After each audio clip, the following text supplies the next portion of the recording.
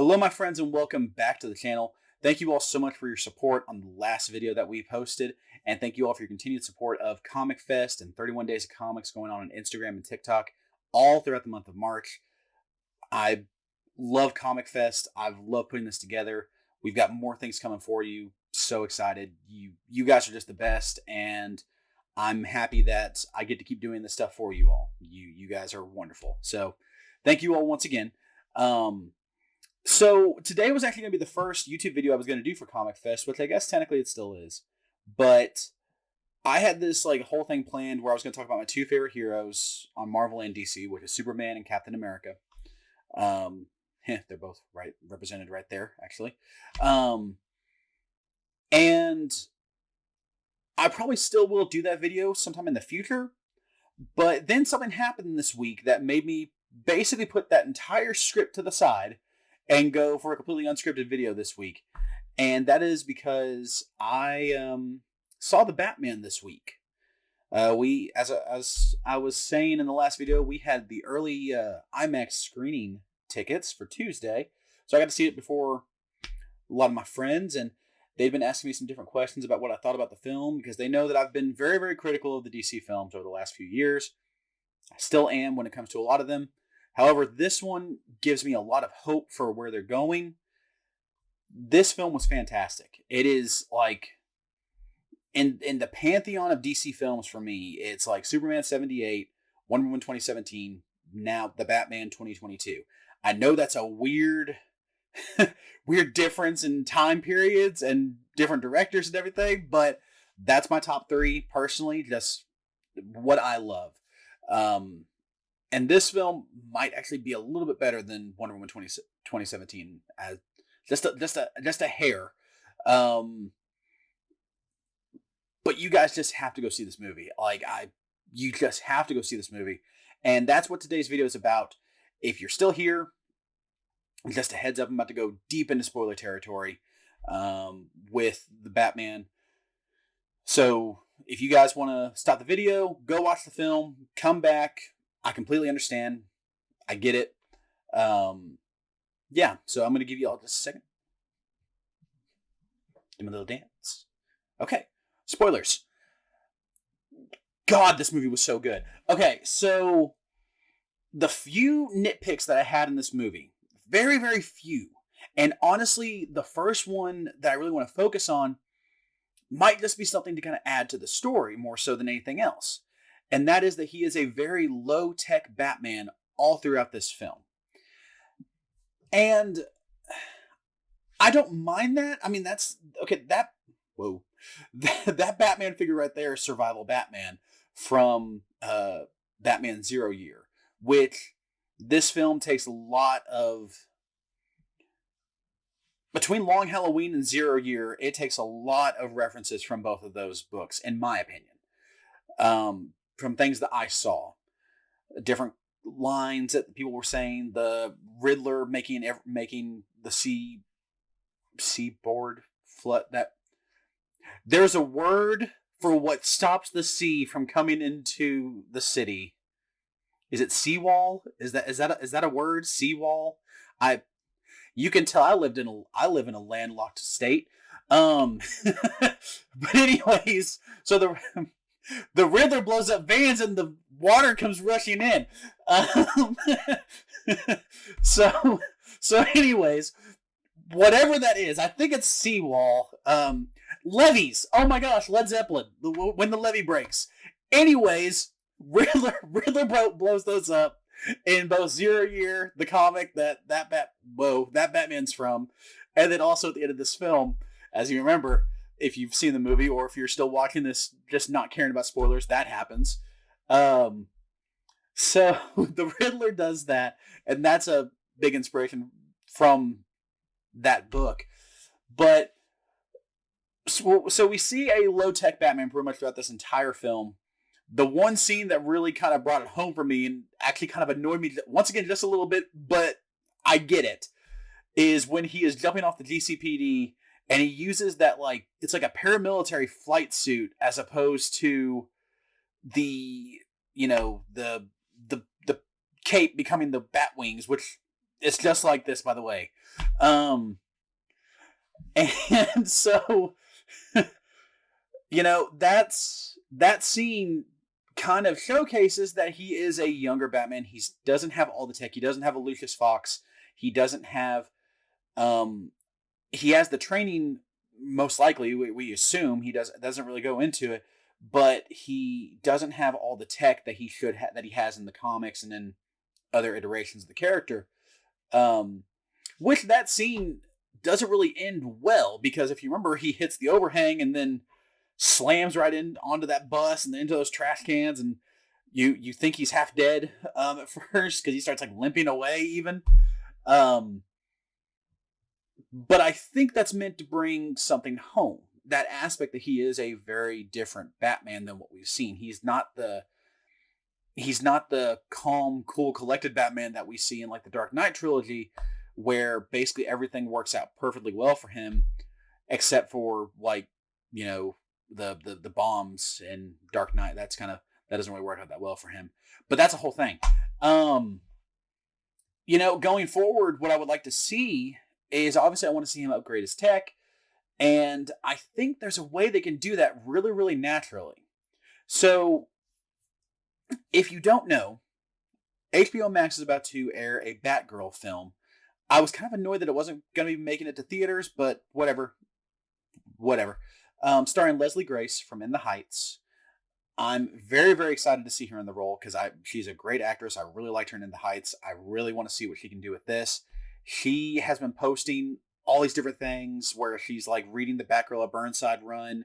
She's been reading a lot of Gail Simone Batgirl.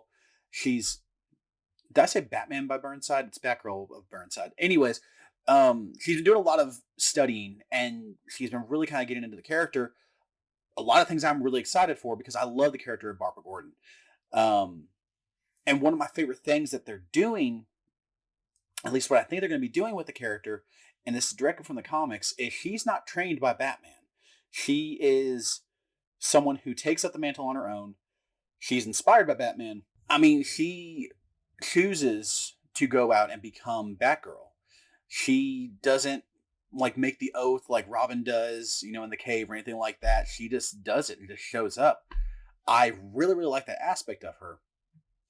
And I'm hoping that that's kind of what they're going with, because, of course, at the last 20 minutes of this film, I'm sure there are still people who are like, oh, the Batman's just another vigilante. We don't need him running around. But at the end of this film, it is very much a Batman is the one who saved us. Batman is the one who stopped us from getting electrocuted. He led us out of the dark building, with his light, which was a really, really cool scene, both visually and thematically. I love this movie so much. I can't wait to go see it again. Um, but we have this idea that a lot of people will look at Batman as an inspirational character, which is what he is supposed to be. He's supposed to be making Gotham better, and that's the whole point of that last 20 minutes of the film, really. When the guy says, "I'm vengeance," and as I've already said to one of my best friends, Robert Pattinson gives him this Oscar-worthy look where he is just like, he finally realizes, I have screwed all this up because I'm not being the person I need to be. And then he has this final monologue while he's helping people out, where that's what he's talking about, is he needs to be better for Gotham. It's perfect. It's so good. Anyways, Barbara has always been more of a techie character. The only one that would really say kind of rivals her is really Tim Drake, who is the third Robin. And so I really like this idea where we have Batman, who has kind of led the charge. He's leading the charge for being the crusader of Gotham that we know him to be and that he's supposed to be. And then you have Batgirl following in his footsteps, inspired by him, making her own suit and everything. And knowing all this stuff about, different technology, different things that she can use to be a better fighter. And maybe we team up, and then Barbara's the one who's constantly making him tech, and her and Bruce are working together and saving Gotham. Yay.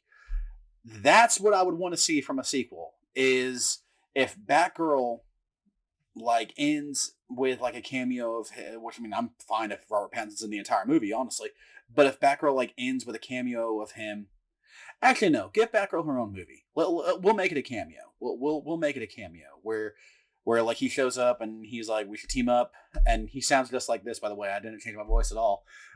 Um, but they team up for the sequel, and there you go. That's the first member of the Bat family down. Then we add in others later. Um, but yeah, that's what I would love to see. I think that that's connecting those two pieces makes a lot of sense. I think it would work. Um, Also, of course, in this film, the Riddler's still hanging out. The Penguin is now kind of the top dog of the crime families because Falcone's gone, or Falcone, depending on who's saying his name in the film. Um, and I'm intrigued kind of to see where that goes. And Colin Farrell was fantastic, so I hope he continues. And the Riddler and the Joker, they might be doing a team up, which I would. Josh and I, my brother Josh and I were talking about it afterwards.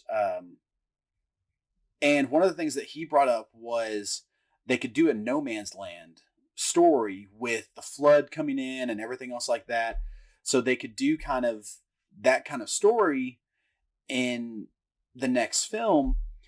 And it'd be really, really easy to bring in someone like Black Mask and have kind of like a gang war between him and the Penguin with the power vacuum of Carmine Falcone gone. And then you have like the Joker and the Riddler kind of just doing things in the background, saving like a big Joker movie for later. Because I think that dealing with like more of like a turf war of Gotham would really, really make things more interesting. Especially with the kind of tone that they're trying to set with this more, I don't want to say realistic because because personally I would love to see a Poison Ivy iteration soon, and unfortunately her characterization isn't necessarily realistic because she has to kind of have superpowers over plants. Um, but at the same time, I could see them going for that kind of style where it's more of a detective story, again, where he really has to figure out kind of how to take these guys down, how to do it, legally and all that and everything. And I don't know. There's a lot of things they could do going forward. I'm kind of just spitballing at that point, but I think they definitely do need to connect Batgirl and the Batman together. Yeah, and also I just want more. I want more Jeffrey Wright as Commissioner Gordon, or now he's Lieutenant Gordon in this, but eventually. And I definitely want more. The other major nitpick that I had of this film is there is not enough Andy Serkis as Alfred in this movie. He is just perfect every time he's on screen, and unfortunately, I mean, if you've seen the movie, like when he's holding that bomb, I was like, they're not going to do this. They cannot do this to me. We have one of the most perfect Alfreds I've ever seen, and we've never had a bad Alfred for the record. I really like all the Batmans that have come before, but this one with the connection with Bruce and everything else, I was like, we have a really good dynamic here. And I was like, if they kill him, so help me, I will riot. The rest of this film has been great. I'm sure the rest of this film will be good, but I will be very, very annoyed if they kill Alfred because they already did it in the comics, and I was upset then. I'm gonna be upset again. Fortunately, of course, he doesn't die, and they have this really good scene in the hospital between him and Bruce. And yeah, but I want more. I need more Andy Serkis as Alfred. Yeah. So yeah, those are my thoughts. Like I said, I'm going scriptless today. I know it's kind of been a weird video, but I just wanted to get my thoughts out there. And yeah, I love you guys. I hope you all are having a wonderful, wonderful weekend. I hope you all enjoyed the Batman as much as I did. If you didn't, let me know in the comments. If you have an idea of where you think the film should go, let me know that in the comments. If you think that my ideas are completely insane and impossible to happen, then yeah, let me know in the comments again. Yeah, I love engaging with people, and you guys are the best. And most importantly, I want you all to remember that fandom is for everyone. It does not matter how old you are, how young you are. Although if you're too young, this film might scare you a little bit, so maybe don't do that. But it doesn't matter what your age, gender, sexual orientation, anything else like that. It's all you, and fandom is for you, my friend. So you all have a wonderful day. We'll see y'all next time. Have a good night.